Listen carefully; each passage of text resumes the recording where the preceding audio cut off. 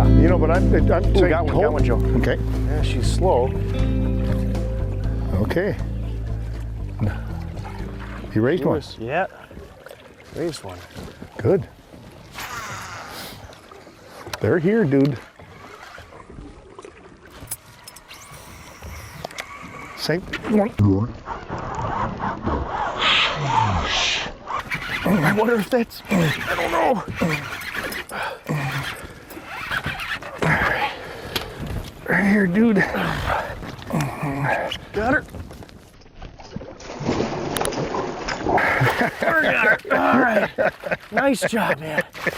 Nice job. Woo. I had to make a quick dive on her. Lock, did you put the anchor lock on? Good job, dude. I had to make a quick dive on her. Oh, yeah. Woo. Man. Okay. These fish are wild. Sandgrass muskies. It's sandgrass and it's Elvis.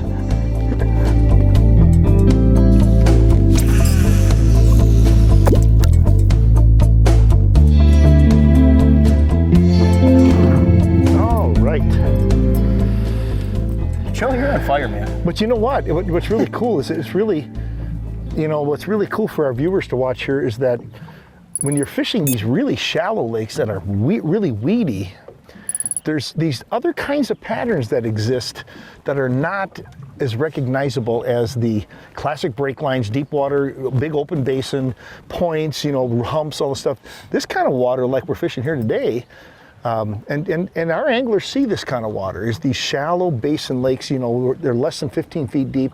They may have weeds in most of the lake, but in this section, you know, what we're running into right now is you got to have sandgrass, 5 feet of water and sandgrass. Well, and there's more to a flat than meets the eye. You can look at a Absolutely. flat, and like you said, there's weeds everywhere, Yeah. but there's intricacies that you pick up, and Yes. you're reading your electronics, and Yes. you're being able to, you know, evaluate what's a good spot and what's not a good spot. Yes. Evaluate. Based on, you know, Yes. obviously what you're seeing with your eyes, but what you're seeing on the electronics, because that keyed you off. That's right. Well, you said the key word is evaluation. Now, here's the thing: we got cabbage all the way out into about 8 to 9 feet of water out here. Beautiful cabbage, almost all the way to the surface. No fish in it, and it's cabbage in sparse clumps, and then it's clean. But as you move in on these flats, and we'll show this to you in a graphic, all of a sudden you move in on these flats and you get the sandgrass with the cabbage and whatever else is there. And as soon as you hit the sandgrass, this time of the year we're fishing early season muskies, the sandgrass holds the minnows, the perch, probably some kind of plankton or whatever's in there too. It's the whole food chain is there. Yeah. And we're seeing pan fishermen around us, folks shallower, and that's where the muskies are. As soon as we finally saw that and evaluated that, You got a fish. we're getting fish. We're getting fish. We're I mean, we're about half a dozen. We moved a half a dozen fish on this first this first big pass. Yes. Yeah. And we're catching them on, hey, the old Elvis. Elvis isn't just for evenings. Elvis is a really good pattern in the stained water. So sometimes Elvis comes out during the day. Elvis does come out during the day, yes. And I'm catching them on the 500 here, the 500 tinsel Bucher tail. I've got one of our downsizer leaders on here. I've got 65-pound beast braid, which is my favorite line for this style of fishing.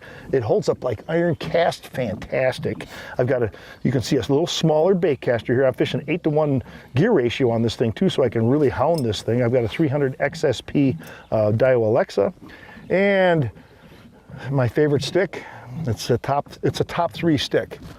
You know, I mean, I'm fishing this rod in prototype stage and everything for the last 3 years. Man. The all-dayer. We've been nicknamed it the all-dayer for years. You know, they're calling it the bantam bait, but I'll tell you what. It's a 9-foot medium light power. It's a 90 MLF. And this rod launches those little baits and sets the hook and fights these fish. And so keeps them nice. hooked. Keeps them hooked. I can land any fish that swims with this rod, you know? Big or small. It catches them all. It catches them all. I love it. They're here, dude. Say. I wonder if that's. I don't know. Right here, dude. Got her.